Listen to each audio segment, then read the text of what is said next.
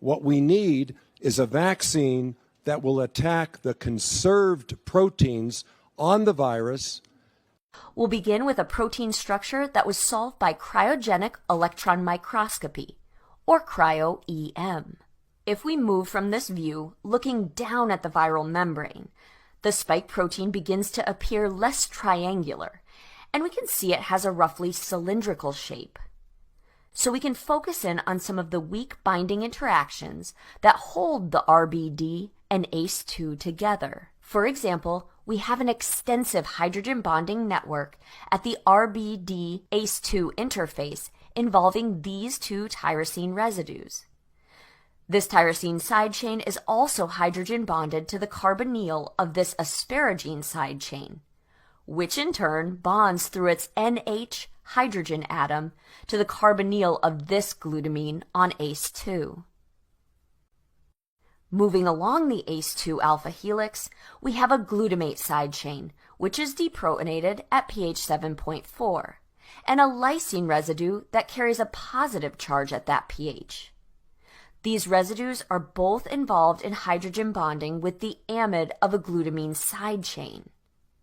Notice that these hydrogen bonds are relatively short, owing to the strong hydrogen bonds that can form when charged amino acid side chains are involved. In this region, we have extensive hydrogen bonding.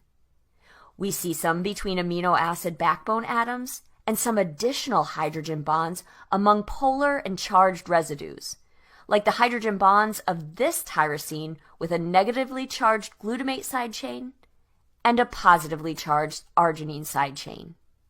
Overall, characterization of the spike protein is super important because this paves the way for vaccine development.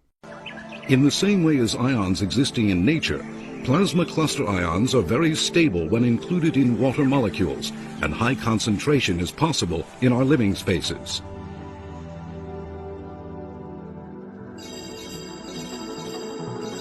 When two ions stick to the surface of a virus, they transform into a highly oxidizing OH radical and draw out the hydrogen from the protein of the spike-shaped virus.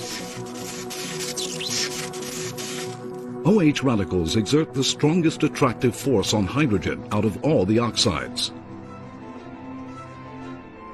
Protein from which hydrogen has been taken is degraded, and the OH radical returns to water.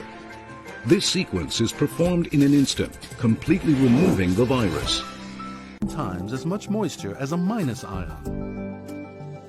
Nano-E particles contain OH radicals, which act in a powerful way to inhibit pollutants by removing hydrogen from viruses, bacteria, odors, and allergens, and then transforming the radicals into water.